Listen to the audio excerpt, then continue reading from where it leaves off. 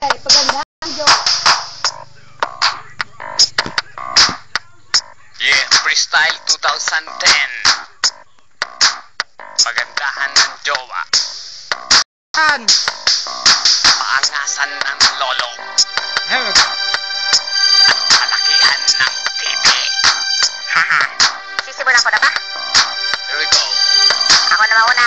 Hey, what? Ang GF ko, kutis niya ay napakakinis. Eh yung Dan. GF mo, kutis ay Sagar parang ka. sa atis. Ang GF ko, sunod sa akin sa isang bulong. Eh ang GF mo, mahaba ang buhok niya sa Sagar. ilong. Kung tingin mo sa GF mo ay napakaganda, eh napakalaki naman ng kanyang panga. Tapos Oh. sasabihin mo na ang GF mo may cute face. Bakit ang Sunrocks ginagawa niyang Kung toothpaste? ang GF ko, Sunrocks ang ginagamit pang sipilyo. Yung GF mo naman mukha ay parang ginanchilyo. Kaya huwag ka na sa akin magmayabang kasi ang GF mo pare ay napakatabang.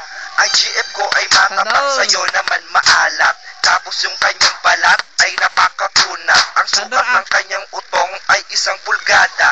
Tapos ang kanyang mani ay nawawala pa. Masyado kagimoso, wala namang alam. Tanda Eh mo maningan ng jowa mo palaging nilalanggam. Kaya wag mo siyang ipagmamalaki. Kasi ang jowa mo nagkamukha lang sa Tandaan. retoke. Alam mo ba, sa GF ko lahat namamangha. Eh ang bebot mo nahahawig sa palaka.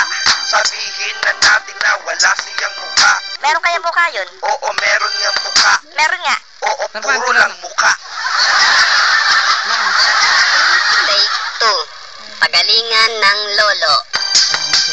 Pagalingan lang ng lolo, panis ka sa akin. Dahil ang lolo ko, malaki ang utik. Yung huli niyang biniyak, ang matris ay wasak. At balita ko na pati ang abdo ay pisak. Titi pala yun kasi akala ko ugat. Tandaan. Kasi titi ng lolo ko 3 nagbubuhat. Yung huli niyang tinira, natagpo ang patay. At sabi sa ibang sa Tandaan. muna pino ang atay. Alam mo ba ang lolo ko, ang chicks niya ay 8.